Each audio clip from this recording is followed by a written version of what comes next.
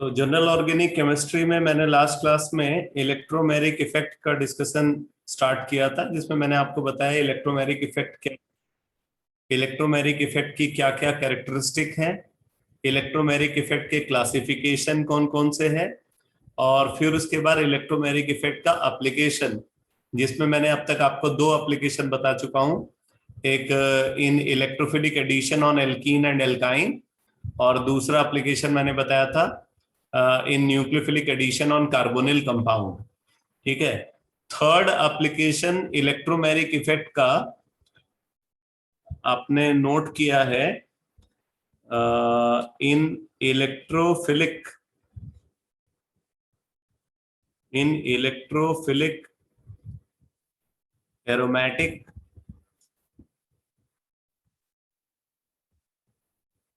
Substitution reaction.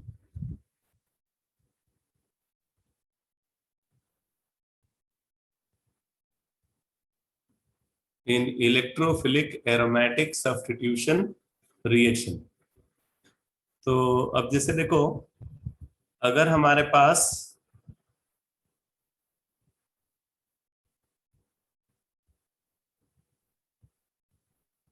एक benzene derivative है, मान लो ये टॉलिन को हमने कंसिडर किया।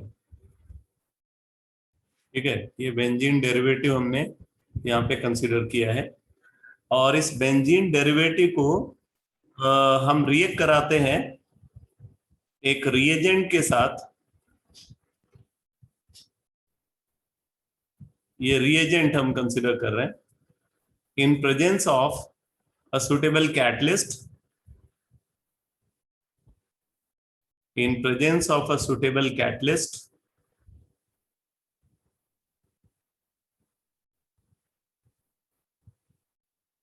तो रिएक्शन के थ्रू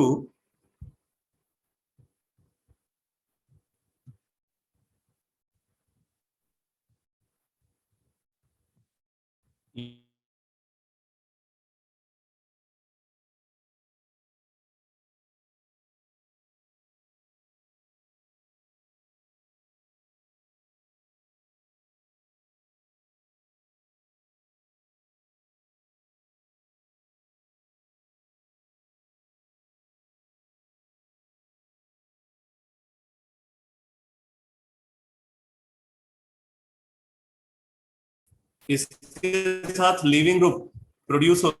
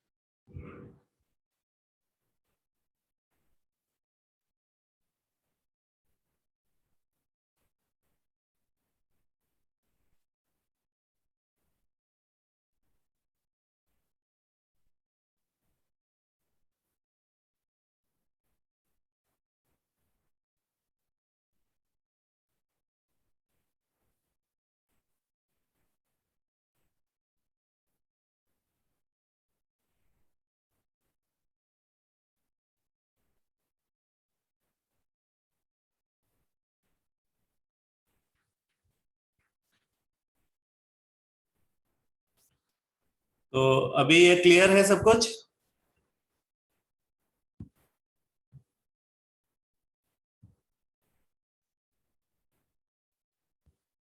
तो मैं यहाँ पे आपको बता रहा हूँ इलेक्ट्रोफिलिक एरोमेटिक सब्स्टिट्यूशन रिएक्शन के बारे में। हमने इधर सब्सट्रेट कंसीडर किया है, मैं लिख भी देता हूं, ये सब्सट्रेट है यहाँ पे, ये सब्सट्रेट हमने लिया है टॉलिन, और ये है रिएजेंट।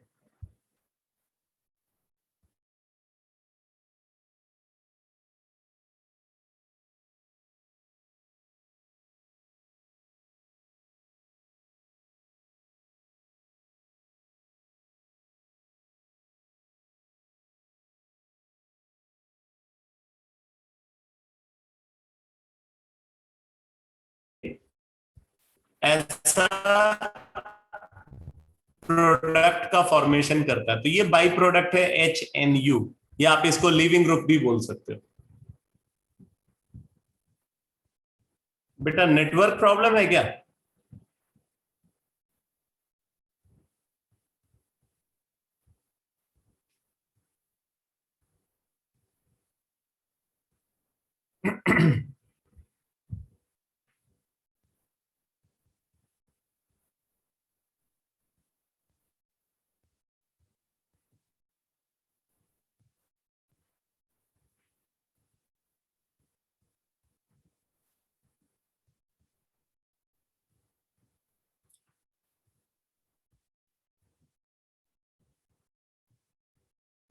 अभी क्लियर है?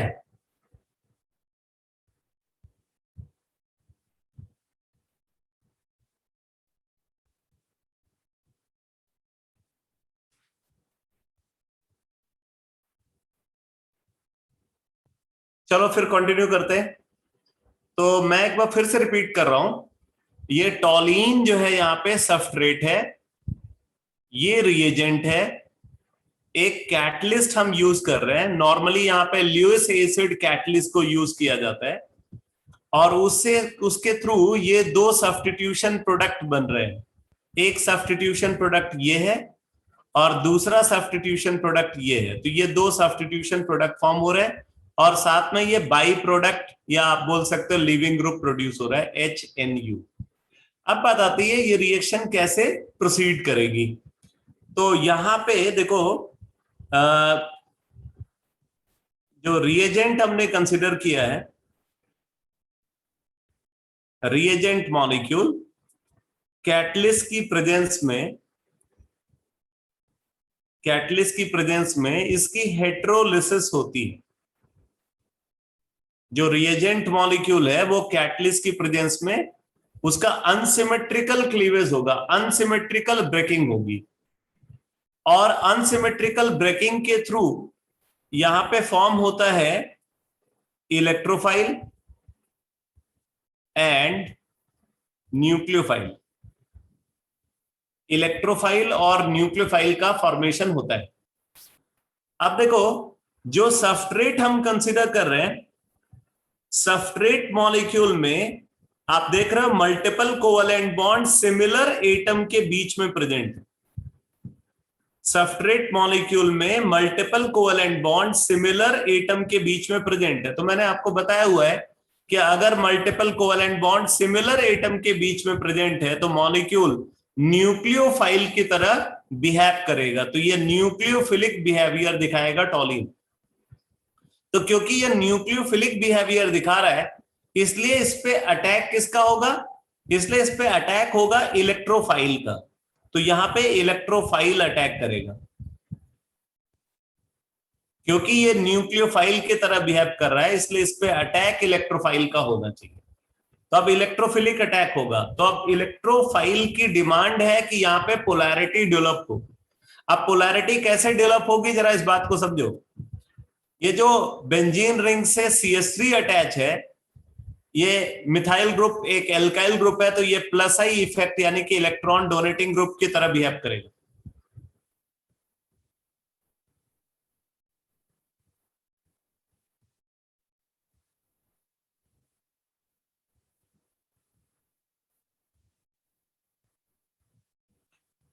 तो ये जो मिथाइल ग्रुप आप यहां पे देख रहे हो, तो मिथाइल ग्रुप जो है ये यहां पे इलेक्ट्रॉन डोनेटिंग ग्रुप की तरह बिहेव करेगा। और अगर ये इलेक्ट्रॉन डोनेटिंग ग्रुप की तरह बिहेव करेगा तो क्या होगा? इस कार्बन के सराउंडिंग में इलेक्ट्रॉन डेंसिटी इंक्रीज करेगी, जिससे इसकी इलेक्ट्रोनेगेटिविटी कम हो जाएगी। तो ये बगल वाला कार्बन मोर इलेक्ट्रोनेगेटिव होगा, और अगर बगल वाला कार्बन मोर इलेक्ट्रोनेगेटिव है तो यहाँ पे इलेक्ट्रोमेरिक इफेक्ट इस तरीके से ऑब्जर्व होना चाहिए। अभी मेरी आवाज क्लियर है आपको? Yes sir. Yes sir.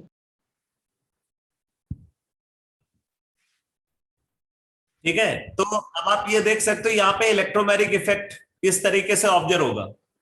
और अगर इलेक्ट्रोमेरिक इफेक्ट की ये डायरेक्शन है तो क्या होगा? इस कार्बन पे नेगेटिव चार्ज और मिथाइल जिस कार्बन से जुड़ा हुआ वहां पे पॉजिटिव चार्ज डेवलप होना चाहिए। ठीक है, ये कार्बन पे नेगेटिव चार्ज और मिथाइल वाले कार्बन पे पॉजिटिव चार्ज डेवलप होना चाहिए। या देखो इलेक्ट्रॉन ट्रांसफर यहाँ पे एक और तरीके से हो सकता है। जैसे आप देखो ये सिस्टम एक कंजुगेटेड सिस्टम है, ये सिस्टम एक कंजुगेटेड सिस्टम है। कंजुगेटेड सिस्टम कैसे है, देखो यहाँ पे अल्टरनेट पाई बॉन्ड दिख रहा है, pi sigma pi sigma pi sigma. ठीक है, तो यहाँ पे अल्टरनेट पाई बॉन्ड आपको दिख रहा है। तो अगर अल्टरनेट पाई बॉन्ड यहाँ पे प्रेजेंट है तो ऐसे सिचुएशन में क्या होगा, इलेक्ट्रॉन ट्रांसफर इस तरीके से भी हो सकता है कि ये वाला जो पाई इलेक्ट्रॉन पेयर है ये यहां आ जाए, ये सिंगल बॉन्ड की जगह पे। तो ऐसे सिचुएशन में ये इस कार्बन का ऑक्टेट एक्सपैंड करेगा। ठीक है, अगर यहाँ पे एक और पाई बॉन्ड फॉर्म होगा तो इसका ऑक्टेट जो है वो एक्सपैंड कर जाएगा, क्योंकि अभी ऑलरेडी इसका ऑक्टेट कंप्लीट है। एक पाई बॉन्ड और फॉर्म करने पे यहाँ पे इसका ऑक्टेट एक्सपैंड करेगा। अगर ऑक्टेट एक्सपैंड करेगा तो हमें आगे इस पाई इलेक्ट्रॉन पेयर को ट्रांसफर कराना होगा जिससे कि इसका ऑक्टेट एक्सपैंड ना करे। ठीक है, तो इसका ऑक्टेट एक्सपैंड ना करे उसके लिए हमें इस पाई इलेक्ट्रॉन पेयर को आगे ट्रांसफर करना होगा। तो अब मैं आप देखो यहाँ पे इससे दो इंटरमीडिएट फॉर्म होंगे। मैं उन दोनों इंटरमीडिएट को यहाँ पे अलग अलग रिप्रेजेंट कर रहा हूं।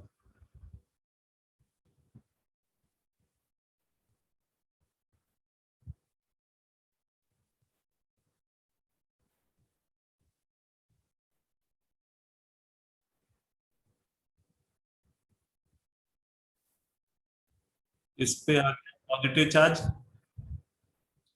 ठीक है, यहाँ पे पॉजिटिव चार्ज डेवलप हुआ तो जो इलेक्ट्रोफाइल होगा वो इस कार्बन पे अटैक कर जाएगा क्योंकि यहाँ पे नेगेटिव चार्ज डेवलप हो रहा है।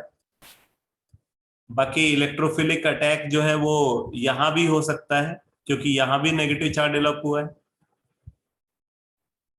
तो इस कार्बन पे पहले से एक हाइड्रोजन प्रेजेंट है और वहीं पे इलेक्ट्रोफाइल आ गया।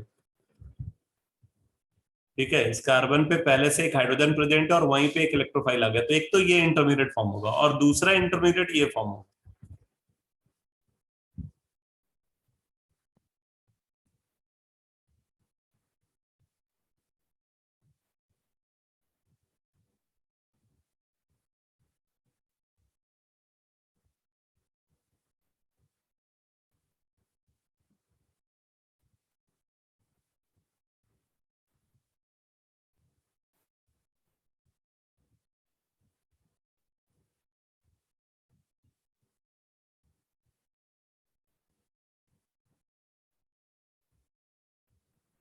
यहाँ पे आ गया पॉजिटिव चार्ज और यहाँ पे नेगेटिव चार्ज डेवलप हुआ है, तो यहीं से इलेक्ट्रोफाइल आकर के अटैच होगा। तो ये दो इंटरमीडिएट फॉर्म होंगे। इसको मैं एक बार फिर से रिपीट कर दूं या ये समझ चुके हो?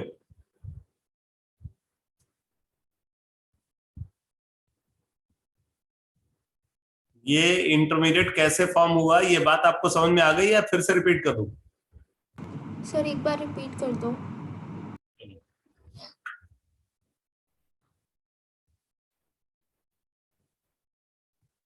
मैं एक बार इस स्ट्रक्चर को फिर से ड्रॉ कर रहा हूं।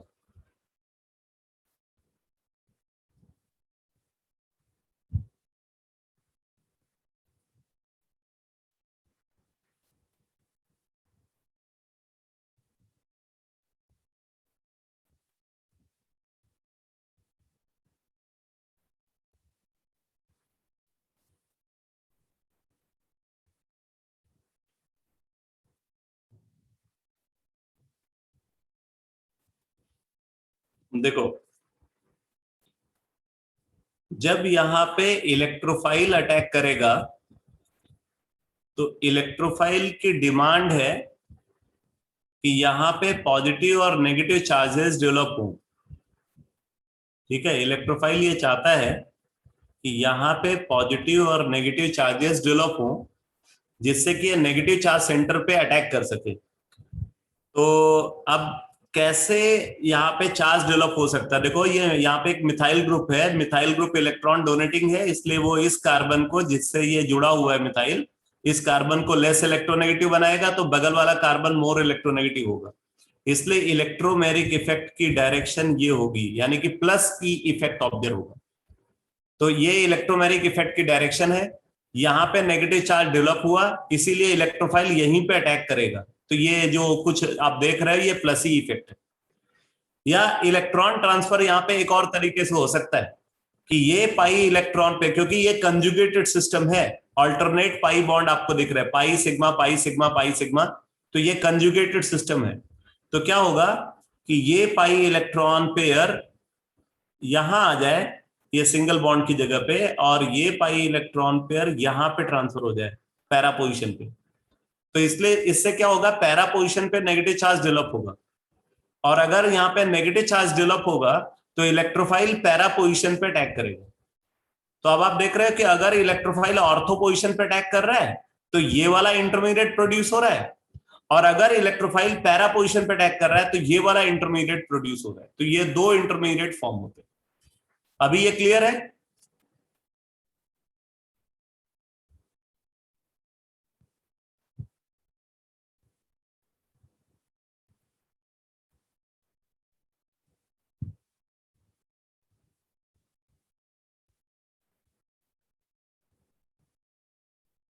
अब देखो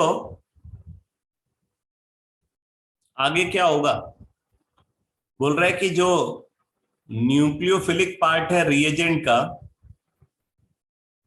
अच्छा एक बात और, जिस स्टेप में ये इलेक्ट्रोफाइल अटैक कर रहा है ना, यही इस रिएक्शन का स्लोवेस्ट स्टेप होता है। ये इस रिएक्शन का स्लोवेस्ट स्टेप है। तो इसलिए हम इस रिएक्शन को देखो इलेक्ट्रोफिलिक सब्स्टिट्यूशन बोल रहे हैं, क्योंकि फाइनल प्रोडक्ट सब्स्टिट्यूशन प्रोडक्ट है, और ये सब्स्टिट्यूशन एक एरोमेटिक रिंग के ऊपर हो रहा है। और सब्स्टिट्यूशन करा कौन रहा है? एक इलेक्ट्रोफाइल सब्स्टिट्यूशन करा रहा है, इसलिए हम इलेक्ट्रोफिलिक एरोमेटिक सब्स्टिट्यूशन बोलेंगे। यहाँ पे इलेक्ट्रोफाइल स्लोवेस्ट स्टेप में अटैक कर रहा है, इसलिए हम इसको इलेक्ट्रोफिलिक एरोमेटिक सब्स्टिट्यूशन बोलेंगे। ठीक है, अब आप देखो ये जो न्यूक्लियोफाइल है, ये न्यूक्लियोफाइल क्या करता है, फास्ट स्टेप में ये न्यूक्लियोफाइल यहां से हाइड्रोजन रिमूव कर लेता है, और ये वाला जो बॉन्ड पेयर है वो इधर ट्रांसफर हो जाता है पाई बॉन्ड के फॉर्म में। इससे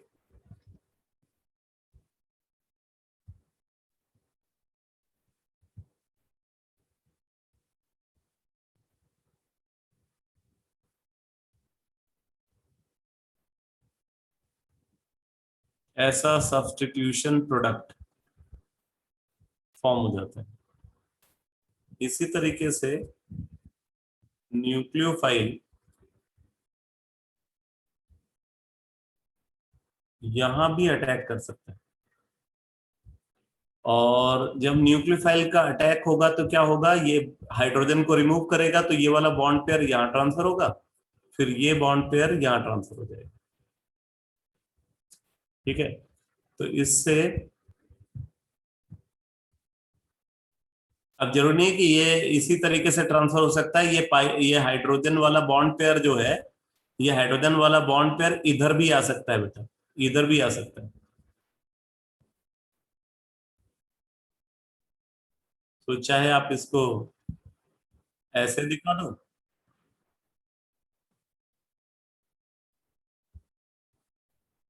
या यही पाई बॉन्ड की पोजीशन को आप चेंज भी कर सकते हो अगर दूसरे साइड से बॉन्ड पेयर ट्रांसफर हो रहा है तब।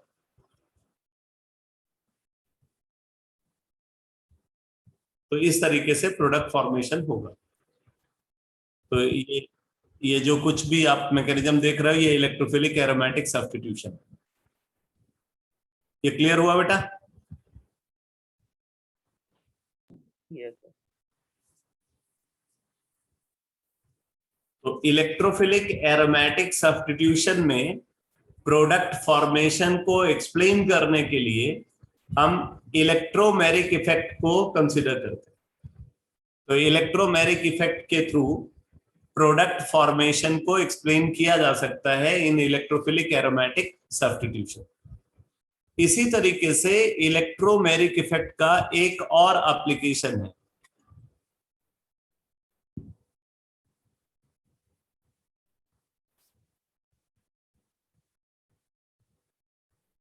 लिखो, in nucleophilic in nucleophilic acyl substitution,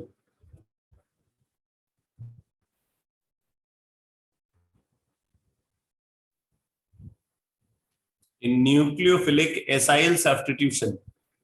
अब देखो, एसाइल सब्स्टिट्यूशन, तो एसाइल ग्रुप क्या होता है? एसाइल ग्रुप किसको बोलते हैं? R CO L. ये आर सीओ एल क्या है?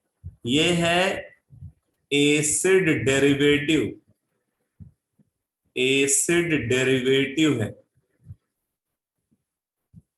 और यहां पे हम कार्बोक्सिलिक एसिड को भी कंसिडर कर सकते हैं, और कार्बोक्सिलिक एसिड, एसिड डेरिवेटिव और कार्बोक्सिलिक एसिड को कंसिडर कर सकते हैं। अब हमने क्या किया, हमने इसको रिएक्ट कराया, इसको रिएक्ट कराया एक न्यूक्लियोफाइल के साथ। अब आप बोलोगे न्यूक्लियोफाइल के साथ ही क्यों रिएक्ट कराया? तो क्योंकि ये खुद इलेक्ट्रोफाइल है। कैसे पता चला ये इलेक्ट्रोफाइल है? बिकॉज यहाँ पे डिसिमिलर एटम के बीच में मल्टीपल कोवेलेंट बॉन्ड है। ये बात समझ में आ रही है?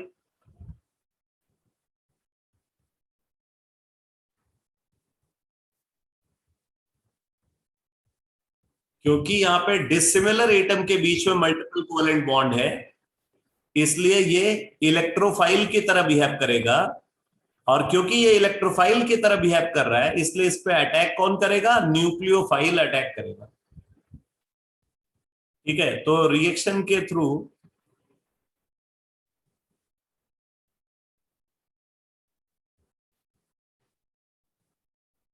ऐसा प्रोडक्ट बन जाता है, और साथ में ये लिविंग ग्रुप। अब देखो रिएक्शन प्रोसीड कैसे हुई होगी। आर सीओ एल को हमने कंसिडर किया, और साथ में इसके प्रेजेंट है न्यूक्लियोफाइल। न्यूक्लियोफाइल चाहता है यहाँ पे पोलैरिटी डेवलप हो जाए जिससे ये अटैक कर सके, तो इसकी प्रेजेंस में इधर इलेक्ट्रोमेरिक इफेक्ट होगा, ये इलेक्ट्रोमेरिक इफेक्ट की डायरेक्शन होगी। तो इलेक्ट्रोमेरिक इफेक्ट के थ्रू ऑक्सीजन पे नेगेटिव चार्ज और कार्बन पे पॉजिटिव चार्ज डेवलप होगा। तो ये जो न्यूक्लियोफाइल आप देख रहे हैं, ये न्यूक्लियोफाइल इस कार्बन पे अटैक करेगा जहां पे पॉजिटिव चार्ज डेवलप हुआ है। तो इस तरीके से यहाँ पे एक इंटरमीडिएट बन जाएगा।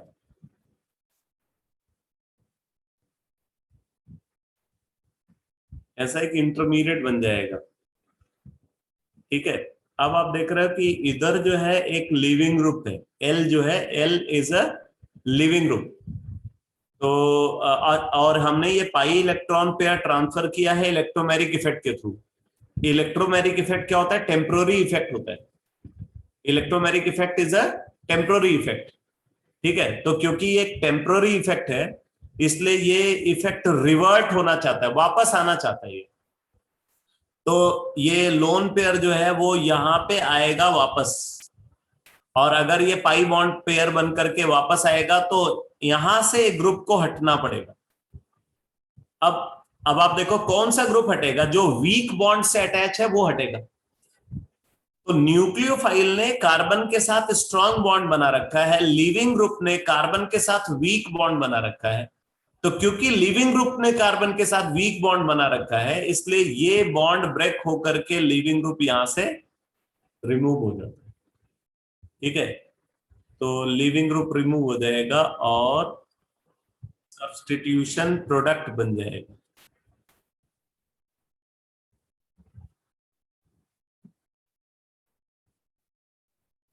तो इस तरीके से प्रोडक्ट फॉर्मेशन होगा। यहाँ पे जिस स्टेप में ये न्यूक्लियोफाइल अटैक कर रहा है यही इस रिएक्शन का स्लोएस्ट स्टेप है। तो क्योंकि ये एक एसाइल सब्सट्रेट है, इस एसाइल सब्सट्रेट के ऊपर न्यूक्लियोफाइल अटैक करके सब्स्टिट्यूशन प्रोडक्ट का फॉर्मेशन कर रहा है, इसलिए हम इस रिएक्शन को न्यूक्लियोफिलिक एसाइल सब्स्टिट्यूशन बोलेंगे। आया समझ में बेटा ये एप्लीकेशन?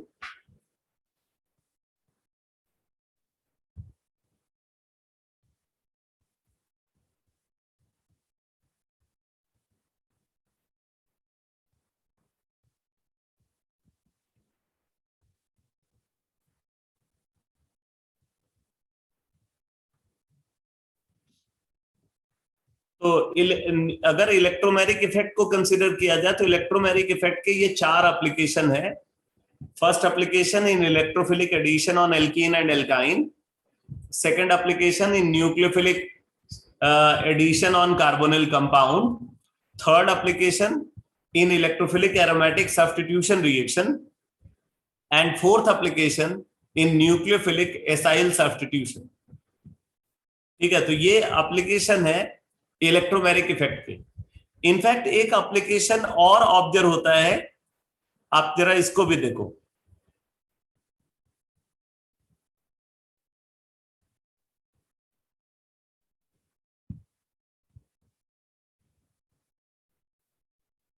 इन एरोमेटिक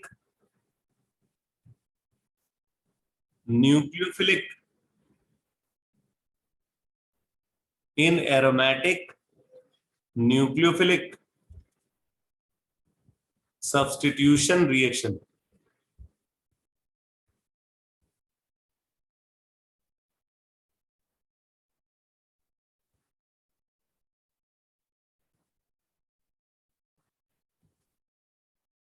अब जरा देखो यहां पे क्या होता है। हमारे पास एक एराइल सब्सट्रेट है,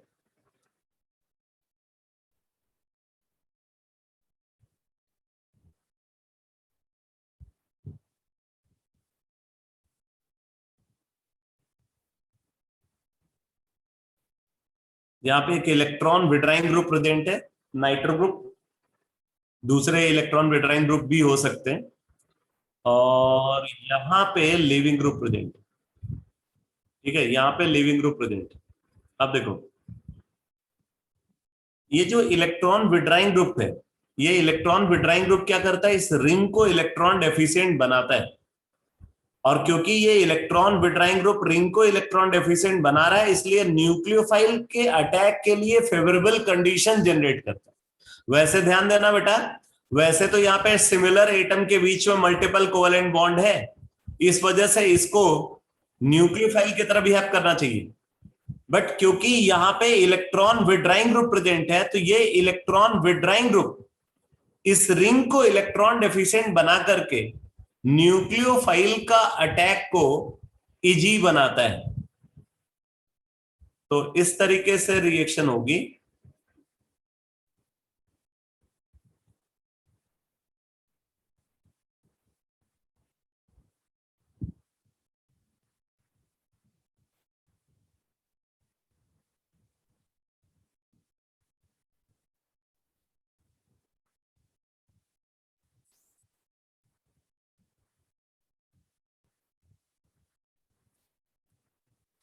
तो इस तरीके से प्रोडक्ट फॉर्मेशन होगा। अब जरा देखो रिएक्शन मैकेनिज्म क्या है, कैसे रिएक्शन प्रोसीड करती है।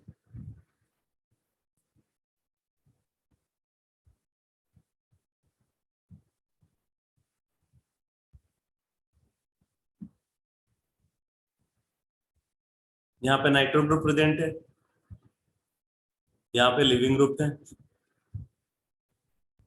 न्यूक्लियोफाइल अटैक करना चाहता है। न्यूक्लियोफाइल हमेशा वहां अटैक करेगा जहां से कोई ग्रुप रिमूव हो सकता है। न्यूक्लियोफाइल हमेशा उस कार्बन पे अटैक करना चाहेगा जहां से कोई ग्रुप रिमूव हो सकता है। तो लिविंग ग्रुप जहां है वहीं पे न्यूक्लियोफाइल अटैक करना चाहता है। आप जरा देखो, न्यूक्लियोफाइल अटैक करना चाहता है इस कार्बन पे। अब ये अटैक तभी पॉसिबल है जब इस कार्बन पे पॉजिटिव चार्ज डेवलप हो। जहां लिविंग ग्रुप है उस कार्बन पे पॉजिटिव चार्ज अगर डेवलप होगा तो न्यूक्लियोफाइल अटैक करेगा। अब पॉजिटिव चार्ज यहाँ पे कैसे डेवलप हो सकता है इसको ध्यान से समझना। देखो इधर एक इलेक्ट्रॉन विड्राइंग ग्रुप लगा हुआ है, ठीक है, तो इस इलेक्ट्रॉन विड्राइंग ग्रुप के होने की वजह से इलेक्ट्रॉन ट्रांसफर कुछ इस तरीके से होगा। ये वाला पाई बॉन्ड यहां जाएगा, ये पाई बॉन्ड यहां जाएगा, ठीक है, ये जो पाई बॉन्ड है ये यहां ट्रांसफर होगा और ये पाई बॉन्ड यहां ट्रांसफर होगा। इस तरीके से इलेक्ट्रॉन ट्रांसफर होगा। अब इस इलेक्ट्रॉन ट्रांसफर के बाद जरा देखो यहां पे क्या प्रोड्यूस होगा।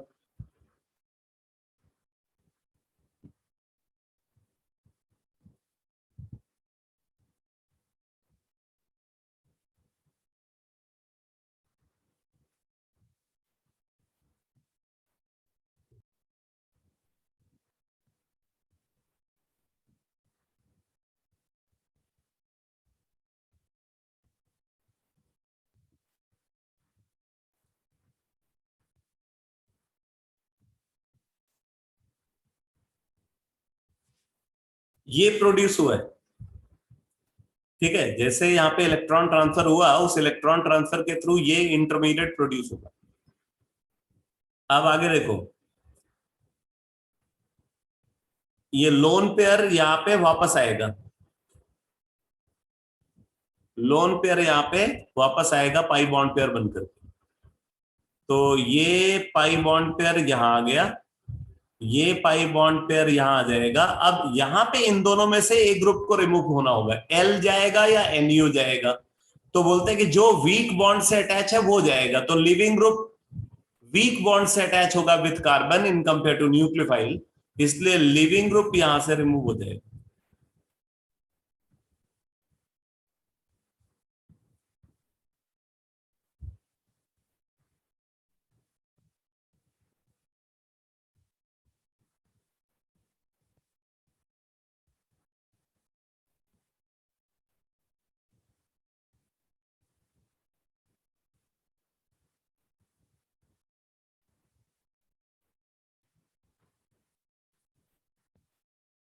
तो ये है aromatic nucleophilic substitution reaction.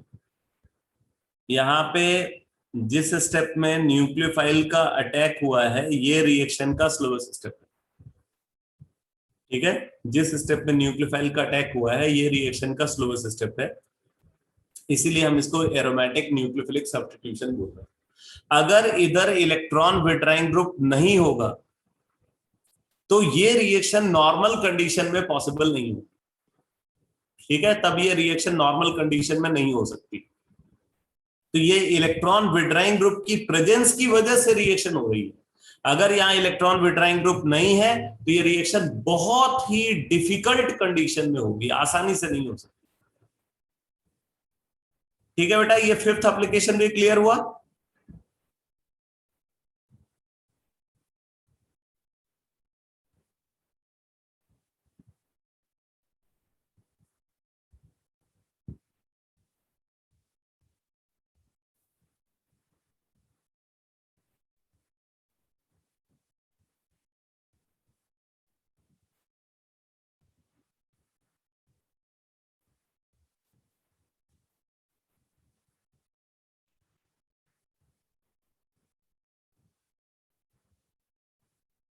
Second electronic displacement effect लिखना, second electronic displacement effect, inductive और ट्रांसमिशन इफेक्ट।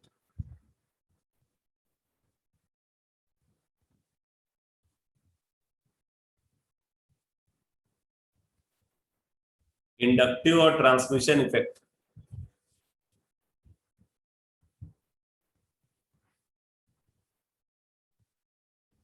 लिखो इसमें displacement of sigma electron pair, displacement of sigma electron pair displacement of sigma electron pair towards more electronegative atom, displacement of sigma electron pair towards more electronegative atom, displacement of sigma electron pair towards more electronegative atom, resulting in the development of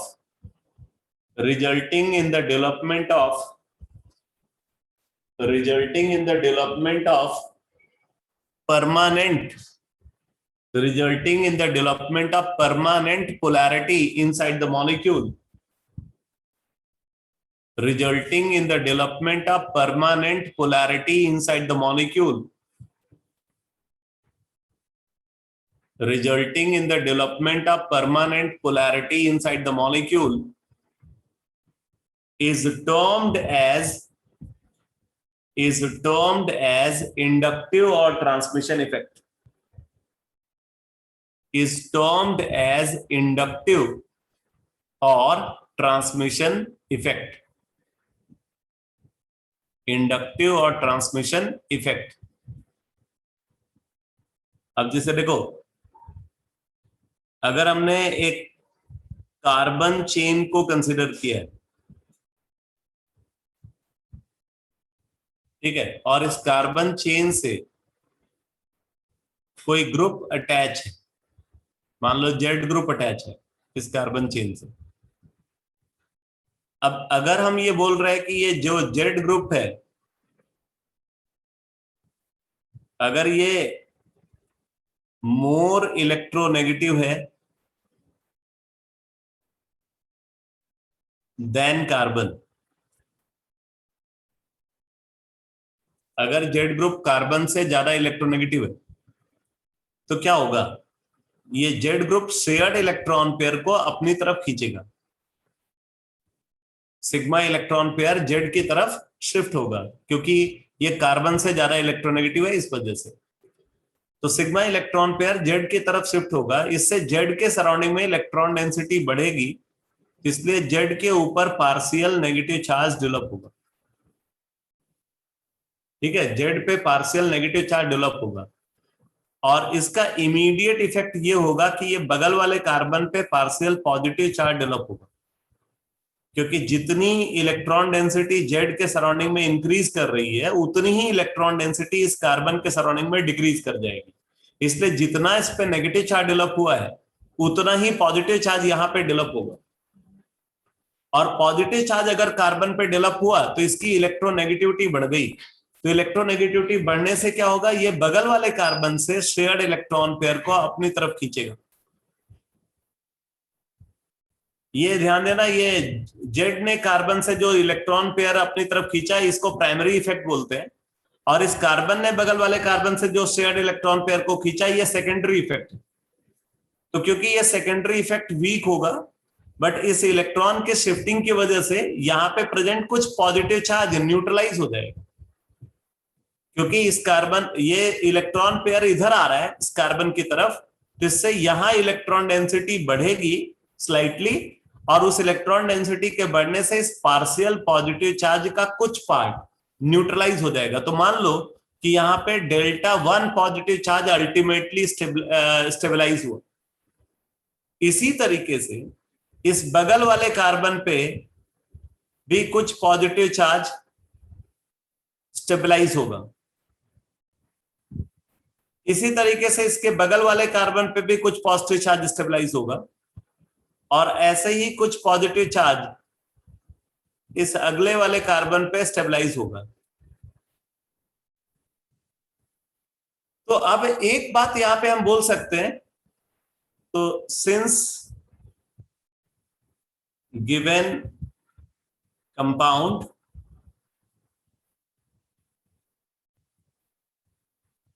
is electrically neutral,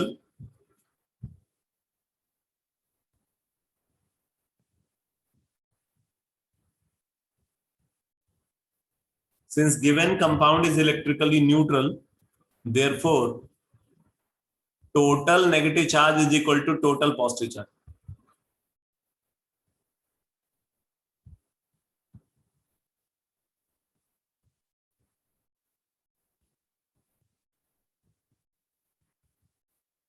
total negative charge is equal to total positive charge, यानी कि total negative charge अगर देखें तो ये है total negative charge, यानी कि delta is equal to total positive charge इन सब का सम।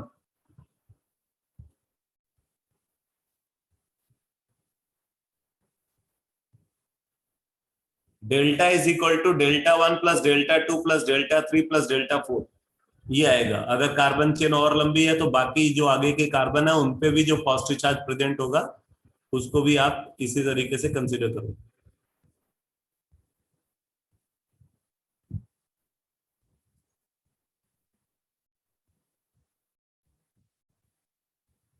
तो delta is equal to delta 1 plus delta 2 plus delta 3 plus delta 4।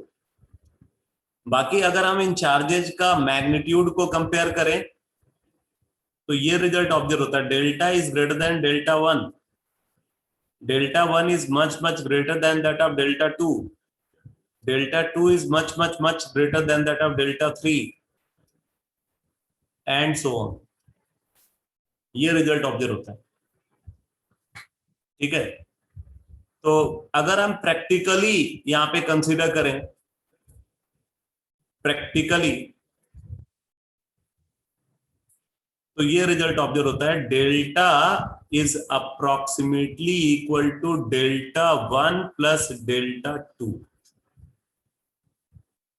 Delta is approximately equal to delta 1 plus delta 2। मतलब तीसरे चौथे पांचवें कार्बन पे जो यहाँ पे चार्ज इंड्यूस हुआ है उस चार्ज की वैल्यू बहुत छोटी है, तो चाहे आप उसको कंसीडर करो या नहीं कंसीडर करो कुछ फर्क नहीं पड़ता। इसका मतलब हम यहाँ पे ये बोल सकते हैं कि जो इंडक्टिव इफेक्ट है, इंडक्टिव इफेक्ट सिग्निफिकेंट रहता है ज्यादा से ज्यादा 2 से 3 कार्बन एटम तक, उसके बाद ये निग्लिजिबल रेंज में चला जाता है। तो इंडक्टिव इफेक्ट जो है वो 2 से 3 कार्बन तक सिग्निफिकेंट है, उसके बाद ये नेग्लेक्ट हो जाता है। तो ये बात समझ में आ रही है बेटा सबको?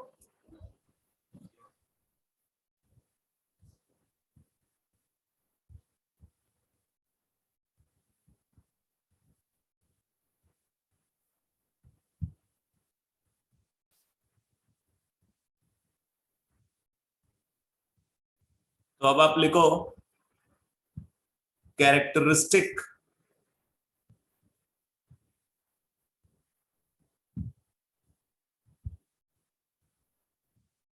Of inductive effect.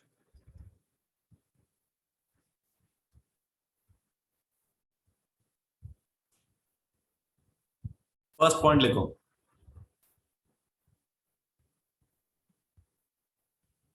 लिखो it is a permanent effect,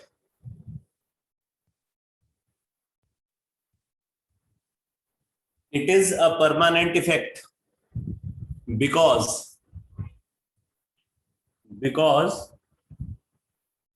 it involves, it is a permanent effect because it involves the permanent displacement of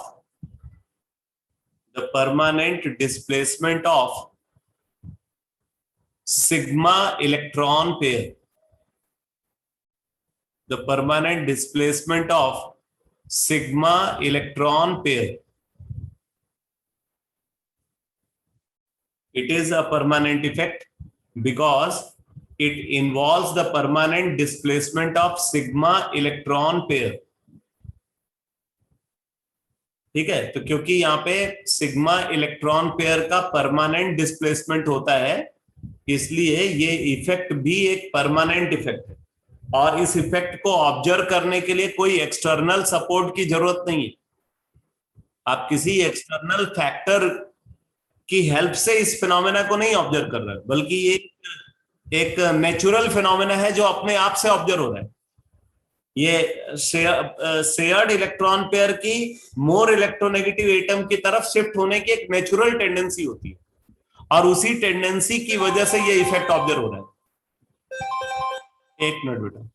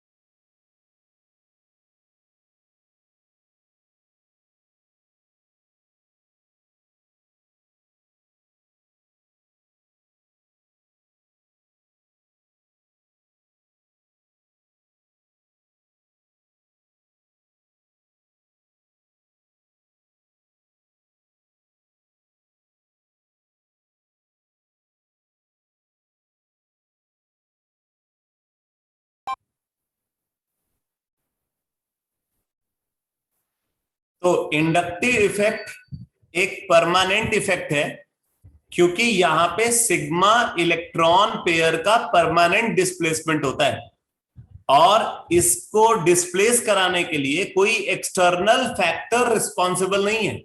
ये इफेक्ट अपने आप से ऑब्जर्व होता है, इसीलिए ये परमानेंट इफेक्ट की कैटेगरी में हम इसको कंसिडर करते हैं। सेकंड पॉइंट लिखो, सेकंड पॉइंट लिखो, inductive effect, inductive effect do not affect, inductive effect do not affect, inductive effect do not affect the pi electron density, inductive effect do not affect the pi electron density present inside the molecule. Inductive effect do not affect the pi electron density inside the molecule. ठीक है, तो जो molecule के अंदर pi electron density है उसको inductive effect affect नहीं करता, ये सिर्फ सिग्मा इलेक्ट्रॉन डेंसिटी को अफेक्ट करता है। ये बात क्लियर हुई बेटा?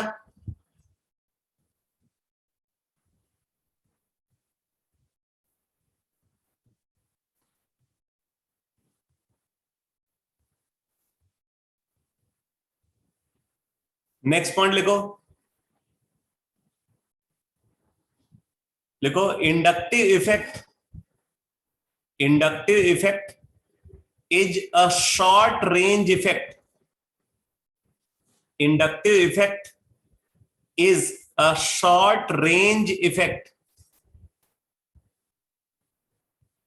inductive effect is a short range effect because it is significant, because it is significant up to, because it is significant up to 2 to 3 carbon atom, it is significant up to 2 to 3 carbon atom। तो क्योंकि इसका जो significance है वो 2 से 3 carbon atom तक observe होता है, इसीलिए ये शॉर्ट रेंज इफेक्ट है। नेक्स्ट पॉइंट लिखो,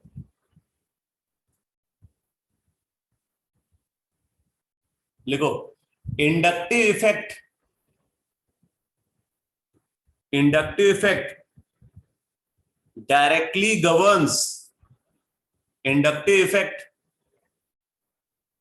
directly governs the physical property, inductive effect directly governs the physical property of the compound, inductive effect directly governs the physical property of the compound। ठीक है, तो जो कंपाउंड की physical property है उसको inductive effect directly govern करता है। अब जरा देखो कैसे फिजिकल प्रॉपर्टी को इंडक्टिव इफेक्ट गवर्न करता है। तो फिजिकल प्रॉपर्टी किसी भी कंपाउंड की अगर हम कंसीडर करें, फिजिकल प्रॉपर्टी ऑफ कंपाउंड,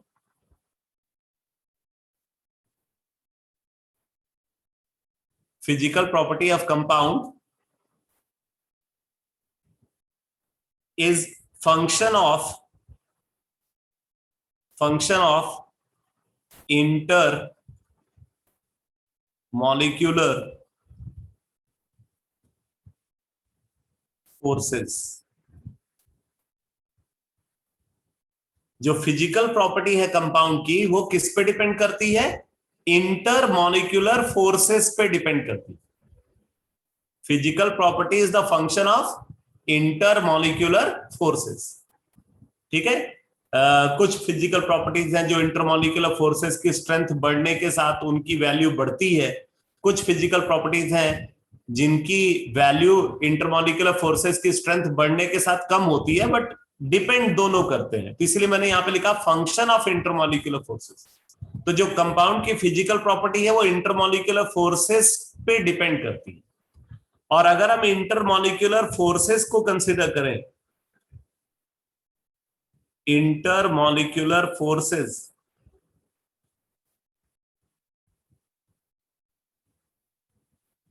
ये डिपेंड करता है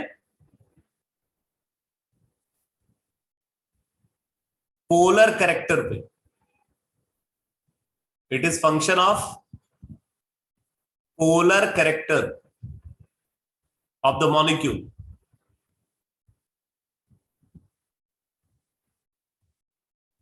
polar character of molecule,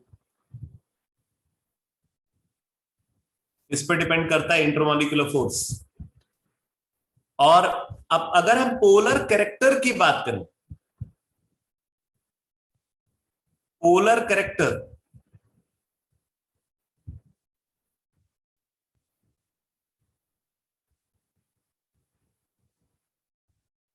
polar character of molecule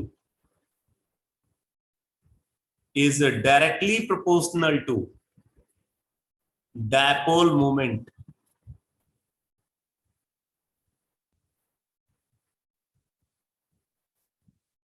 of molecule. ठीक है, जो पोलर कैरेक्टर होगा मॉलिक्यूल का वो उसके डायपोल मोमेंट पे डिपेंड करेगा, और डायपोल मोमेंट को डायरेक्टली गवर्न करता है inductive effect. Dipole moment of molecule, dipole moment of molecule is directly governed by inductive effect.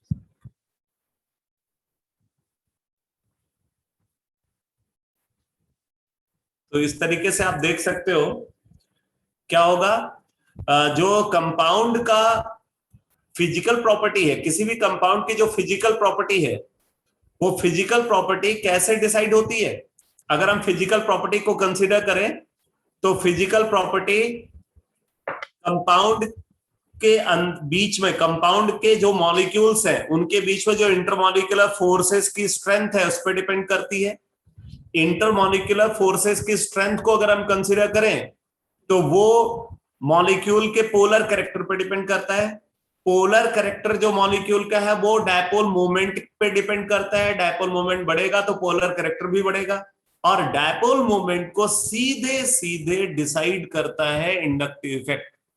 इसलिए इंडक्टिव इफेक्ट का डायरेक्ट इंफ्लुएंस है कंपाउंड की फिजिकल प्रॉपर्टी के ऊपर. ये बात समझ में आई सबको? Yes sir.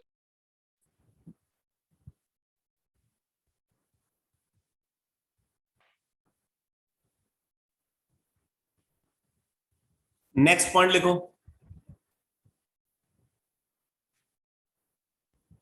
नेक्स्ट पॉइंट लिखो.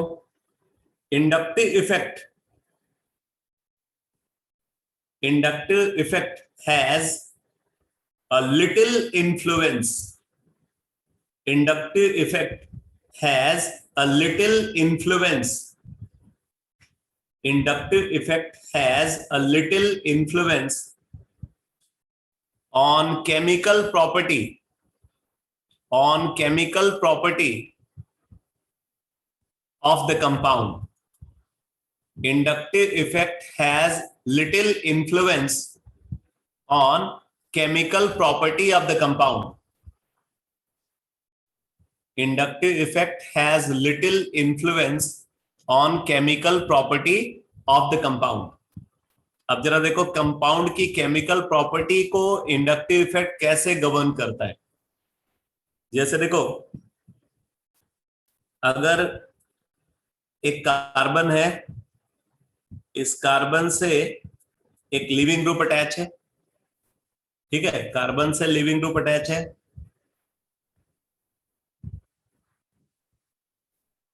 अब इस कार्बन से फर्दर कुछ ग्रुप यहां पे अटैच है. अब मान लो हम कार्बन के ऊपर एक न्यूक्लियोफाइल का अटैक कराना चाहते हैं. हम कार्बन के ऊपर न्यूक्लियोफाइल का अटैक कराना चाहते हैं, ठीक है। तो न्यूक्लियोफाइल ये चाहता है कि यहां पे इस कार्बन के ऊपर पॉजिटिव चार्ज डेवलप हो, मतलब यहां पे इलेक्ट्रॉन डेफिशिएंसी क्रिएट हो। और अगर इलेक्ट्रॉन डेफिशिएंसी यहां पे क्रिएट होगी तो न्यूक्लियोफाइल आसानी से यहां पे अटैक कर पाएगा। अब मान लो कि इधर ये कार्बन से कोई इलेक्ट्रॉन डोनेटिंग ग्रुप अटैच है। अगर कार्बन से एक इलेक्ट्रॉन डोनेटिंग ग्रुप अटैच है तो ये इलेक्ट्रॉन डोनेटिंग ग्रुप क्या करेगा, ये इलेक्ट्रॉन डोनेटिंग ग्रुप कार्बन की तरफ इलेक्ट्रॉन डेंसिटी इंक्रीज कर रहा होगा, ये शेयर्ड इलेक्ट्रॉन पेयर को पुश कर रहा होगा टुवर्ड्स कार्बन, ठीक है। तो इस इलेक्ट्रॉन डोनेटिंग ग्रुप के होने से क्या होगा, कार्बन के सराउंडिंग में इलेक्ट्रॉन डेंसिटी इंक्रीज करेगी। और अगर यहां पे इलेक्ट्रॉन डेंसिटी इंक्रीज करेगी, यानी कि इस पर नेगेटिव चार्ज अगर इंड्यूस होगा, तो न्यूक्लियोफिलिक अटैक क्या हो जाएगा, डिफिकल्ट हो जाएगा, ठीक है। न्यूक्लियोफिलिक अटैक क्या हो जाएगा, डिफिकल्ट हो जाएगा, ठीक है। तो यहां पे आप बोल सकते हो अटैक ऑफ न्यूक्लियोफाइल,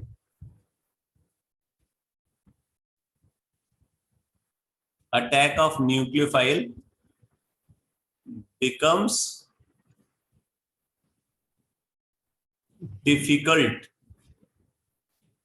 तो अब आप देख रहे हो कि यहां पे इस इलेक्ट्रॉन डोनेटिंग ग्रुप का जो इंडक्टिव इफेक्ट है, उस इंडक्टिव इफेक्ट ने क्या किया, कंपाउंड की केमिकल प्रॉपर्टी को गवर्न किया, कंपाउंड की केमिकल प्रॉपर्टी को यहां पे अफेक्ट किया।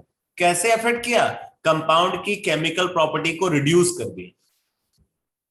ये मॉलिक्यूल जो है ना, ये सब्सट्रेट है, ये रिएजेंट है, रिएजेंट सब्सट्रेट पे अटैक करना चाहता है। अटैक ये कहां करना चाहता है, कार्बन पे। लेकिन कार्बन से ये जो ग्रुप अटैच है, इसने क्या किया, इसका अटैक को डिफिकल्ट बना दिया, यानी कि रिएक्टिविटी को कम कर दिया। अब अगर यहीं पे, ठीक है, यही न्यूक्लियोफाइल हम अटैक करना चाहता है कार्बन के ऊपर, और यहां लगा हो इलेक्ट्रॉन विड्राइंग ग्रुप, कार्बन से अटैच हो इलेक्ट्रॉन विड्राइंग ग्रुप, तब क्या होगा भाई, ये इलेक्ट्रॉन विड्राइंग ग्रुप इलेक्ट्रॉन अपनी तरफ खींचेगा। अगर अपनी तरफ खींचेगा तो इस पे क्या करेगा, इस पे पॉजिटिव चार्ज इंड्यूस करेगा कार्बन के ऊपर, इस कार्बन के ऊपर पॉजिटिव चार्ज इंड्यूस करेगा। और अगर कार्बन के ऊपर पॉजिटिव चार्ज इंड्यूस करेगा तो न्यूक्लियोफाइल का अटैक को इजी बनाएगा। तो आप ये बोलोगे attack of nucleophile, attack of nucleophile becomes easier।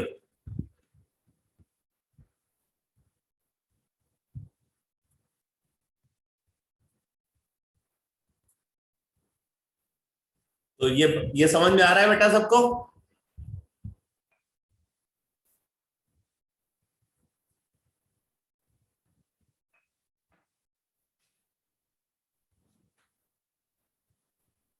तो आप देख रहे हो कि इंडक्टिव इफेक्ट का कंपाउंड की केमिकल प्रॉपर्टी पे भी इंफ्लुएंस है, लेकिन जितना स्ट्रॉन्ग इफेक्ट इसका फिजिकल प्रॉपर्टी के ऊपर होता है, उतना स्ट्रॉन्ग इफेक्ट इसका केमिकल प्रॉपर्टी पे नहीं होता, क्योंकि जितने भी इलेक्ट्रॉनिक डिस्प्लेसमेंट इफेक्ट ऑब्जर्व होते हैं उनमें ये सबसे वीक इफेक्ट होता है। जितने भी इलेक्ट्रॉनिक डिस्प्लेसमेंट इफेक्ट मैंने आपको बताए हुए हैं, उनमें सबसे वीक इफेक्ट इंडक्टिव और ट्रांसमिशन इफेक्ट होता है। तो ये है कैरेक्टरिस्टिक इंडक्टिव इफेक्ट की। अब आप लिखो classification of inductive effect, classification of inductive effect.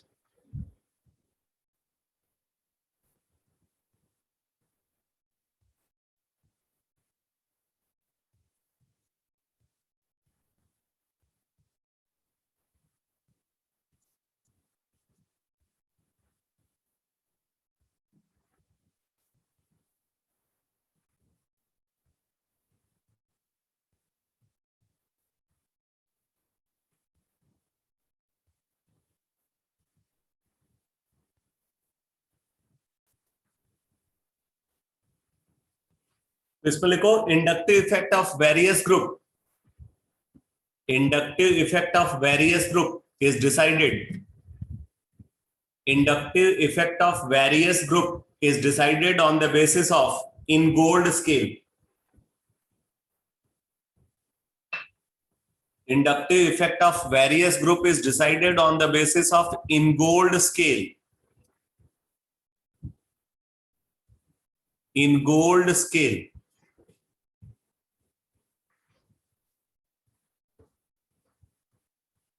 तो अब ये बात आती है इनगोल्ड स्केल क्या है, तो नोट कर लो,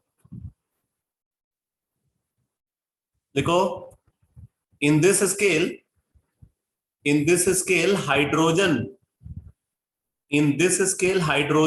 is considered as reference atom. In this scale hydrogen is considered as reference atom. In this scale hydrogen is considered as reference atom. Therefore inductive effect of hydrogen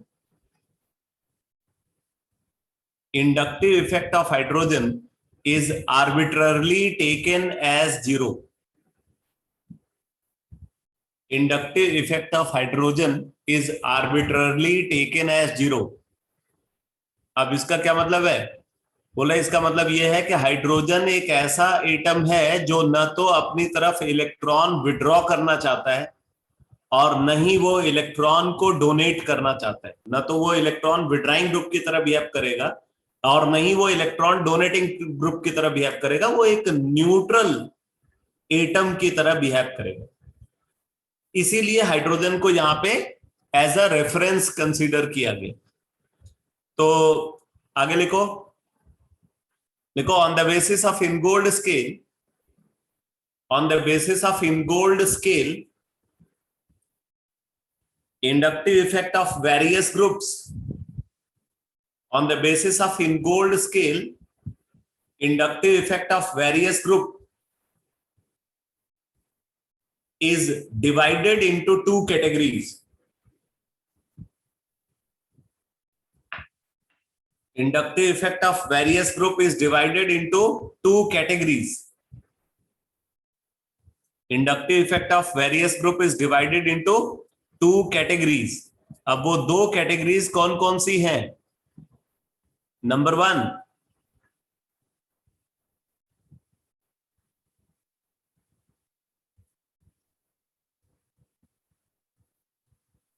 plus I effect.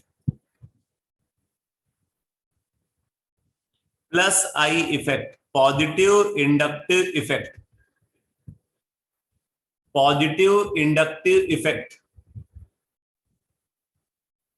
इसमें लिखो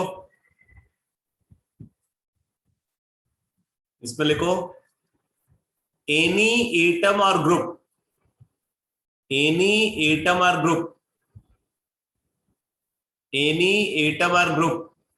which increases sigma electron density.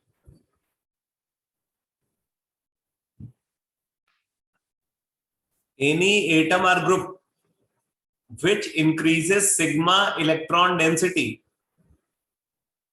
in surrounding of carbon atom. Any atom or group which increases sigma electron density in surrounding of carbon atom. Any atom or group which increases sigma electron density in surrounding of carbon atom if all other structural features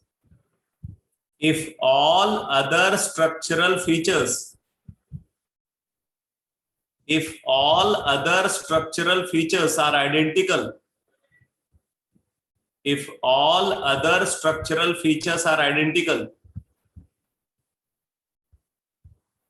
then it is called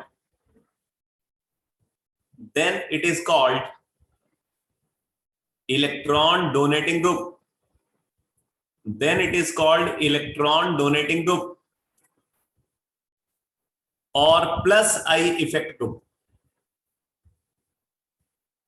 Then it is called if all other structural features are identical, if all other structural features are identical, then it is called electron donating group or plus I effect group. Then it is called electron donating group or plus I effect group. And this phenomena is called plus I effect. And this phenomena is called plus I effect. And this phenomena is called plus I effect. तो यहां पे एक बात आप अच्छे से समझ लेना बेटा, जितने भी इलेक्ट्रॉनिक डिस्प्लेसमेंट इफेक्ट हमने कंसीडर किए हैं उनमें क्लासिफिकेशन अगर हम कर रहे हैं और क्लासिफिकेशन में अगर प्लस करके क्लासिफिकेशन हो रहा है, जैसे पिछले वाले केस में प्लस ई इफेक्ट था, यहां पे प्लस आई इफेक्ट है. आगे आप देखोगे रेजोनेंस में प्लस आर इफेक्ट या प्लस एम इफेक्ट की बात होती है. तो जहां जहां पे ये प्लस की बात हो रही है ये समझ लेना कि वहां पे इलेक्ट्रॉन डेंसिटी बढ़ाने वाला फैक्टर है. जैसे प्लस ई इफेक्ट में क्या हुआ, रिएजेंट का अटैक कराने के लिए, एक एटम पे रिएजेंट का अटैक कराने के लिए वहां पे इलेक्ट्रॉन डेंसिटी को इंक्रीज किया गया, पाई इलेक्ट्रॉन डेंसिटी को वहां पे इंक्रीज किया गया जिससे कि रिएजेंट का अटैक आसानी से हो जाए. इस केस में आप क्या देख रहे हो, जो ग्रुप प्रेजेंट है वो कार्बन के सराउंडिंग में सिग्मा इलेक्ट्रॉन डेंसिटी को इंक्रीज कर रहा है, सिग्मा इलेक्ट्रॉन डेंसिटी को प्लस कर रहा है. प्लस का मतलब बढ़ा रहा है, इसलिए हम इसको प्लस आई इफेक्ट बोल रहे हैं. तो प्लस का मतलब समझ लेना कि इलेक्ट्रॉन डेंसिटी बढ़ाने वाला फैक्टर, और माइनस का मतलब समझ लेना इलेक्ट्रॉन डेंसिटी को कम करने वाला फैक्टर. भाई एज सच ये सब क्या है, they are electronic displacement effect है. अगर ये इलेक्ट्रॉनिक डिस्प्लेसमेंट इफेक्ट है तो डिस्प्लेसमेंट तो इलेक्ट्रॉन का ही होगा, लेकिन वो डिस्प्लेसमेंट कैसे होगा, इलेक्ट्रॉन डेंसिटी बढ़ाने के टर्म्स में होगा या इलेक्ट्रॉन डेंसिटी कम करने के टर्म्स में होगा. अगर वो इलेक्ट्रॉन डेंसिटी बढ़ाने के टर्म्स में ऑब्जर्व हो रहा है तो फिर वो प्लस इफेक्ट है, और अगर वो इलेक्ट्रॉन डेंसिटी कम करने के टर्म्स में ऑब्जर्व हो रहा है तो वो क्या है, माइनस इफेक्ट है. ये बात क्लियर हुई सबको?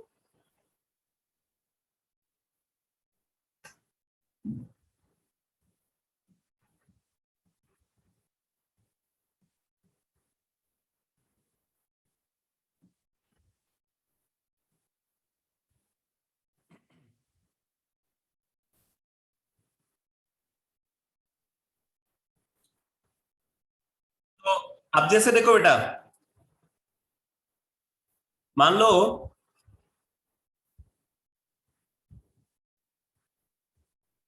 ये स्ट्रक्चरल फीचर सबस्ट्रेट मॉलिक्यूल के अंदर प्रेजेंट,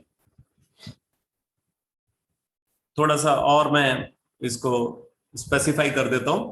ये यहाँ पे जो 3 ग्रुप प्रेजेंट है, ये कार्बन से जो एक तो हाइड्रोजन अटैच है और 3 ग्रुप और अटैच है. अब ये 3 ग्रुप अगर मान लो R1, R2, R3, ये 3 एल्काइल ग्रुप है, R1, R2, R3. हाइड्रोजन को मैंने अभी बताया था कि हाइड्रोजन को हम यहां पे क्या लेते हैं भाई, एज अ रेफरेंस लेते हैं.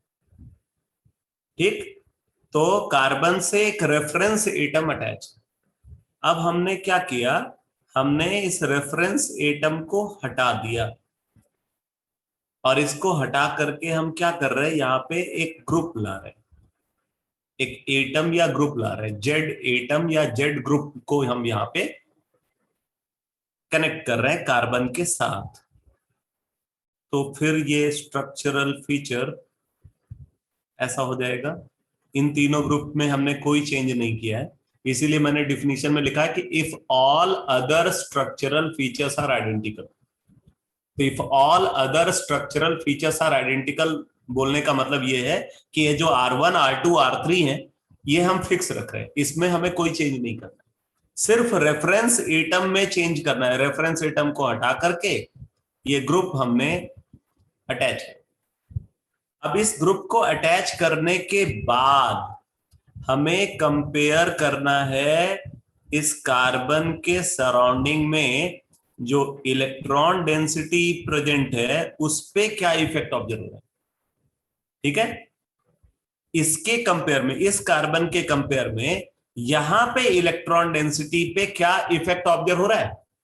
नेचुरल सी बात है कि जो भी इफेक्ट यहां पे ऑब्जर्व हो रहा होगा वो इस ग्रुप की वजह से ऑब्जर्व हो रहा है, क्योंकि बाकी तो सब कुछ सेम है दोनों में। R1, R2, R3 ये हमने क्या किया भाई, ये दोनों में हमने सेम लिया हुआ है। सिर्फ हमने चेंज क्या किया, चेंज किया, ये रेफरेंस एटम हटा दिया और ये ग्रुप लेकर के आए। तो इस कार्बन के सराउंडिंग में इलेक्ट्रॉन डेंसिटी पे जो भी इफेक्ट हुआ होगा वो इस जेड ग्रुप की वजह से हुआ होगा। तो अब बात आती है कि यहां पे क्या इफेक्ट ऑब्जर्व हो रहा है। हमने ये देखा एक्सपेरिमेंटली कि यहां पे higher electron density present, higher electron density present. अगर यहां पे हायर इलेक्ट्रॉन डेंसिटी प्रेजेंट है तो ये इलेक्ट्रॉन डेंसिटी को इंक्रीज किया है इस ग्रुप ने,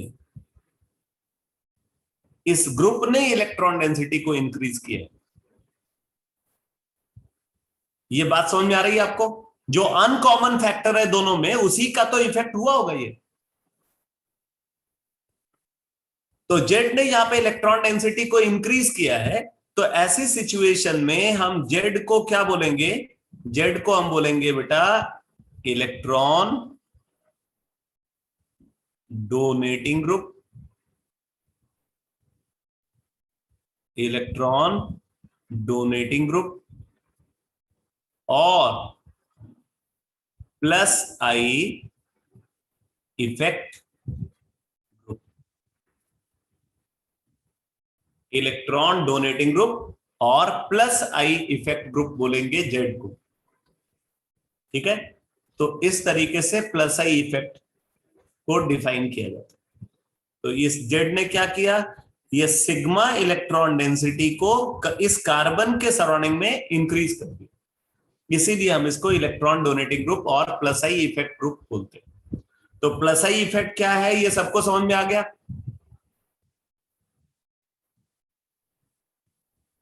प्लस आई इफेक्ट का पूरा डिटेल समझ में आ गया।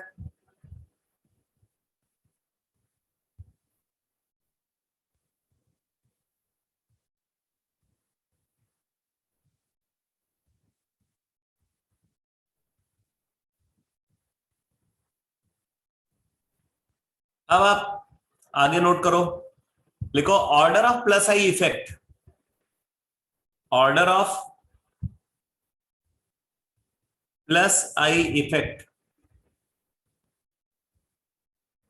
Order of plus I effect of various group, various group is as follows. Order of plus I effect of various group is as follows. सबसे ज्यादा plus I effect O negative दिखाता है। अगर Z जो है वो O नेगेटिव है तो सबसे ज्यादा प्लस आई इफेक्ट यही दिखाएगा। इसके बाद आता है COO नेगेटिव का नंबर,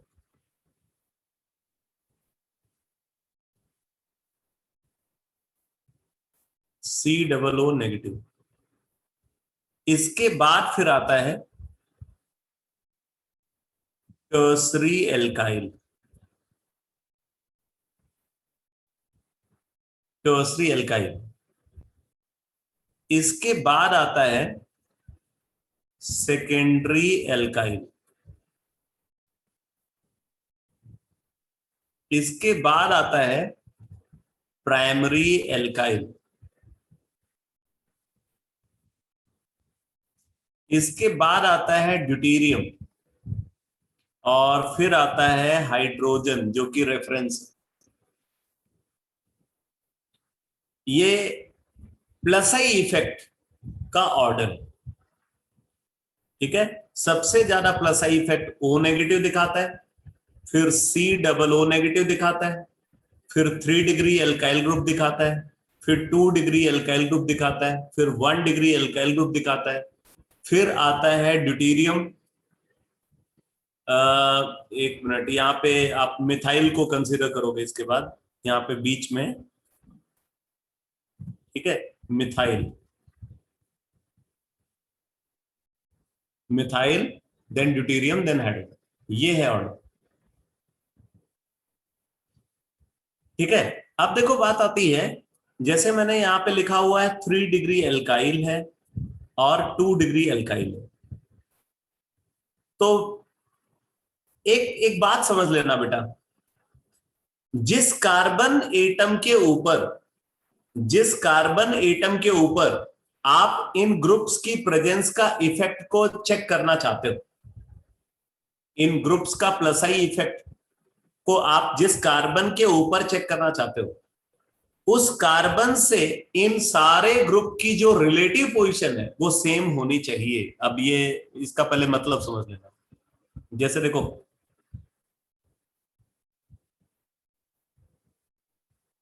अगर मान लो हम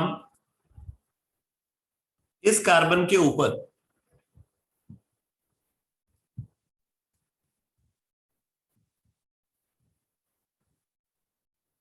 ओ नेगेटिव का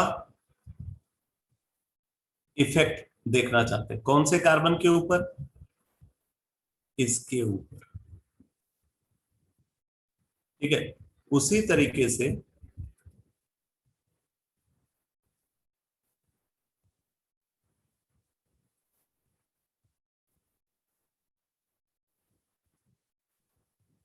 इसी कार्बन के ऊपर हम सी डबल ओ नेगेटिव का इफेक्ट देखना चाहते हैं। यहां पे इंपॉर्टेंट ये है कि ये जो ग्रुप्स को कंसीडर कर रहे हैं, जैसे ओ नेगेटिव है यहाँ पे और ये जो सी डबल ओ नेगेटिव है, इनकी रिलेटिव पोजीशन सेम होनी चाहिए। अगर रिलेटिव पोजीशन में चेंज आया, फॉर एग्जांपल मान लो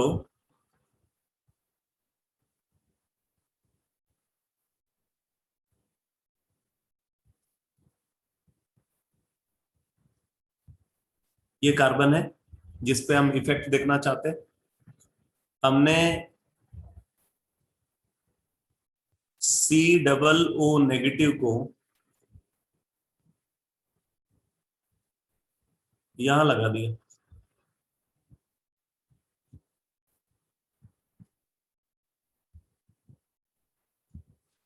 सी डबल ओ नेगेटिव को यहां लगा दिया और ओ नेगेटिव को हमने यहां लगा दिया, ठीक है। ओ नेगेटिव को मैं इसको भी अलग से ड्रॉ कर देता हूं।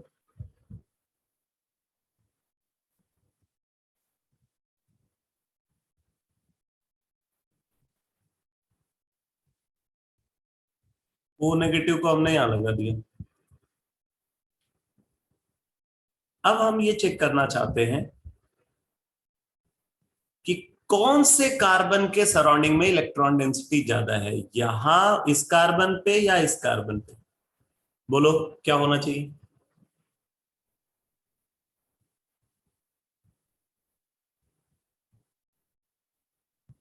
मैं आपका काम को थोड़ा आसान कर देता हूं, ये स्टार मार्क कार्बन पे या डबल स्टार मार्क कार्बन पे कहां इलेक्ट्रॉन डेंसिटी ज्यादा होगी।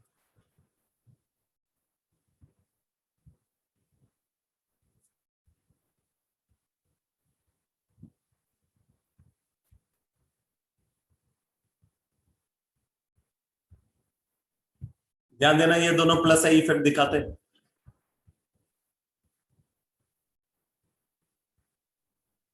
इलेक्ट्रॉन डेंसिटी प्लस करने वाले ग्रुप्स हैं ये। कहां पे इलेक्ट्रॉन डेंसिटी ज्यादा होगी,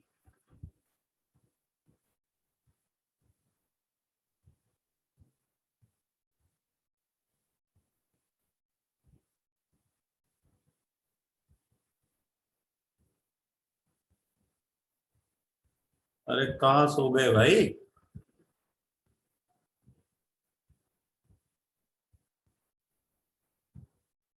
अरे कुछ गेस तो करो। नहीं क्लियरली पता है, कुछ गेस करो। सेकंड। सेकंड।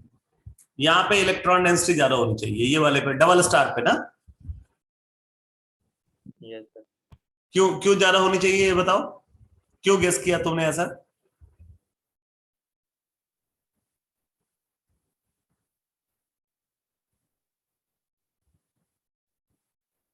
ऐसा तुमने क्यों कंसिडर किया, उसके पीछे कुछ वजह बताओगे? सर जो फर्स्ट वाले में जो ग्रुप लगा है तो उसमें डबल बॉन्ड कार्बन है, तो वहाँ पे पहले ही ज्यादा इलेक्ट्रॉन डेंसिटी है, तो जो उसके राइट वाला कार्बन है उस पर कम होगी, वो ज्यादा इलेक्ट्रॉन नेगेटिव होगा तो। हम्म हम्म हम्म हम्म ऐसी कोई बात मत बोलना जो मैंने अब तक आपको नहीं बताया। ठीक है, आपको आंसर उन्हीं कॉन्सेप्ट के टर्म्स में करना है जो मैंने अब तक क्लास में डिस्कस किया है। आप सीधे सीधे बोलो ना कि जो ऑर्डर अभी हमने लिखवाया उसमें ओ नेगेटिव ऑर्डर में ऊपर है, सी डबल ओ नेगेटिव नीचे। ठीक है, O negative plus I effect के ऑर्डर में ऊपर है, सी डबल ओ नेगेटिव नीचे है, मतलब ये ज्यादा इलेक्ट्रॉन डेंसिटी बढ़ा रहा होगा, इसलिए डबल स्टार कार्बन के सराउंडिंग में इलेक्ट्रॉन डेंसिटी ज्यादा होनी चाहिए, है कि नहीं? यस।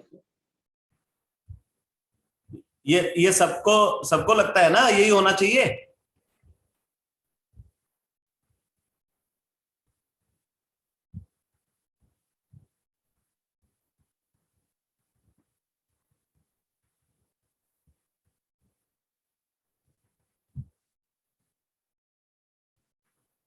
होना तो यही चाहिए, लेकिन ये होगा नहीं बेटा, क्योंकि इंडक्टिव इफेक्ट में रिलेटिव पोजीशन बहुत मैटर करती।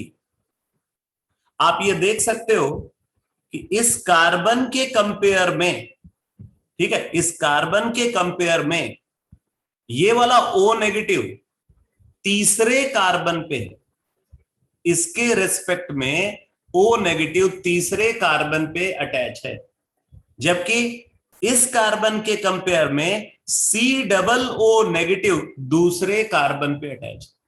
यानी कि आप एक बात बोल सकते हो कि ये जो सी डबल ओ नेगेटिव है, इसने एक कार्बन का एडवांटेज ले रखा है, ये ज्यादा पास है इस कार्बन के रेस्पेक्ट में जिसपे ये अपना प्लस आई इफेक्ट दिखाना चाहता है, जबकि ये ओ नेगेटिव इस कार्बन पे से ये रिलेटिवली दूर है। और एक कार्बन अगर बढ़ जाए तो एक कार्बन के बढ़ने से इंडक्टिव इफेक्ट में बहुत ज्यादा डिक्रीज हो जाता है। अभी आपको मैंने बताया था ना कि delta is greater than delta one, delta one is much much greater than that of delta two, delta two is much much much greater than that of delta three. तो ये लगातार ये जो डिफरेंस है ना ये बढ़ता जाता है। भले ओ नेगेटिव का plus I effect C double O negative से ज्यादा है, लेकिन C double O negative carbon के ज्यादा पास है जिसपे ये प्लस आई इफेक्ट दिखाना चाहता है। इसलिए अगर हम देखेंगे तो यहां पे क्या ऑब्जर्व होगा, स्टार मार्क्ड कार्बन, ठीक है, star marked carbon possess greater electron density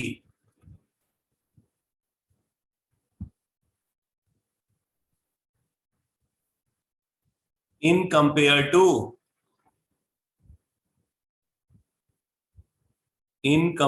to double star marked carbon।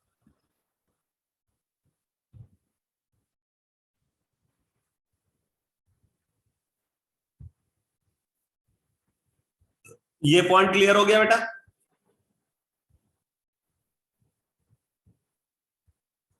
ये कॉन्सेप्ट समझ में आया सबको?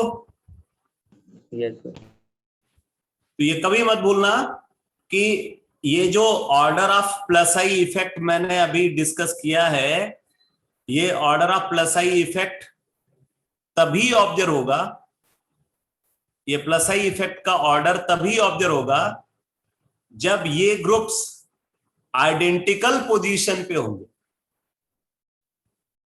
ये जो ऑर्डर आप देख रहे हो ना, ये ऑर्डर तभी ऑब्जर्व होगा जब ये ग्रुप्स आइडेंटिकल पोजीशन पे होंगे। अगर ये आगे पीछे ऑब्जर्व हो रहे हैं तो नेचुरल सी बात है, तब आपको ये नहीं देखना है कि ये प्लस आई इफेक्ट के ऑर्डर में ग्रुप कहां आ रहा है।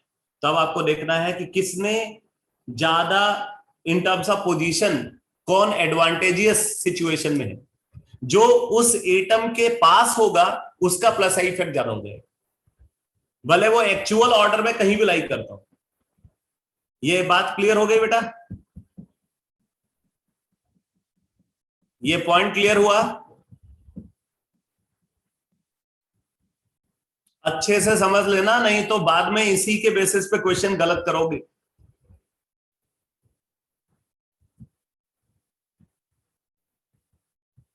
अच्छा, एक कंसेप्ट और यहां पे आता है, जरा इसको भी देख लो। जैसे आपने इस ऑर्डर में क्या देखा है? इस ऑर्डर में आपने ये देखा कि जो टर्सरी एल्काइल ग्रुप है उसका plus I effect secondary alkyl group से ज्यादा है। तो अब लोग ये समझने लगते हैं कि भाई अगर मान लो ऐसी सिचुएशन हो कि जो टर्सरी एल्काइल ग्रुप है वो तो बहुत छोटा है, एक स्मॉलेस्ट टर्सरी एल्काइल ग्रुप है हमारे पास, और सेकेंडरी एल्काइल ग्रुप जो हमने लिया है वो बिगेस्ट सेकेंडरी एल्काइल ग्रुप हमने ले लिया। बिगेस्ट सेकेंडरी एल्काइल ग्रुप, जितना बड़ा सेकेंडरी एल्काइल ग्रुप हो सकता है उतना बड़ा सेकेंडरी एल्काइल ग्रुप हम कंसीडर कर रहे हैं। यहाँ पे जो n वैल्यू है वो इंफिनिटी को टेंड कर रही है, n टेंडिंग टू इंफिनिटी। मतलब ये कार्बन चेन बहुत लंबी है, ये कार्बन चेन बहुत लंबी है, जबकि यहां पे सिर्फ 3 मिथाइल ग्रुप अटैच है। तो ये सबसे छोटा टर्सरी एल्काइल ग्रुप है, स्मॉलेस्ट टर्सरी एल्काइल ग्रुप।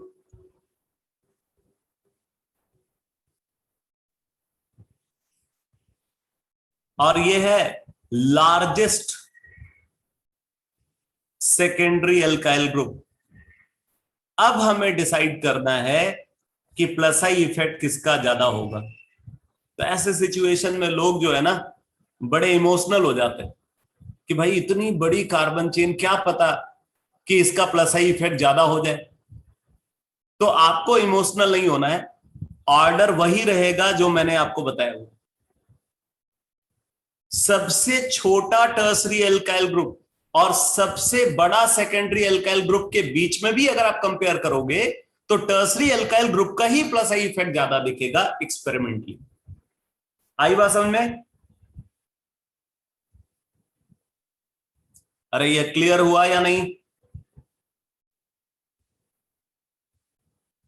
इसी तरीके से सबसे छोटा सेकेंडरी एल्काइल ग्रुप ले लो, ठीक है? सबसे छोटा सेकेंडरी एल्काइल ग्रुप ले लो और सबसे बड़ा प्राइमरी एल्काइल ग्रुप ले लो। सबसे बड़ा प्राइमरी एल्काइल ग्रुप आप ले लो।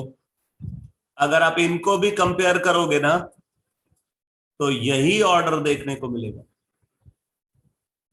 यानी कि किसी भी टर्सरी एल्काइल ग्रुप का प्लस आई इफेक्ट किसी भी सेकेंडरी एल्काइल ग्रुप से ज्यादा होता है।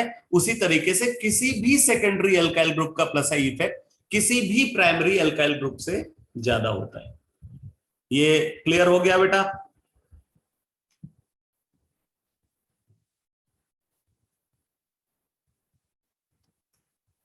ठीक है, तो इंडक्टिव इफेक्ट के क्लासिफिकेशन में मैंने प्लस आई इफेक्ट का डिस्कशन कंप्लीट कर दिया है।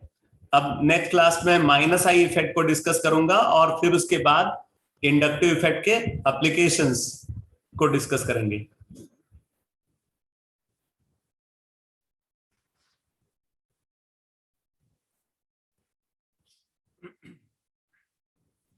Thank you sir.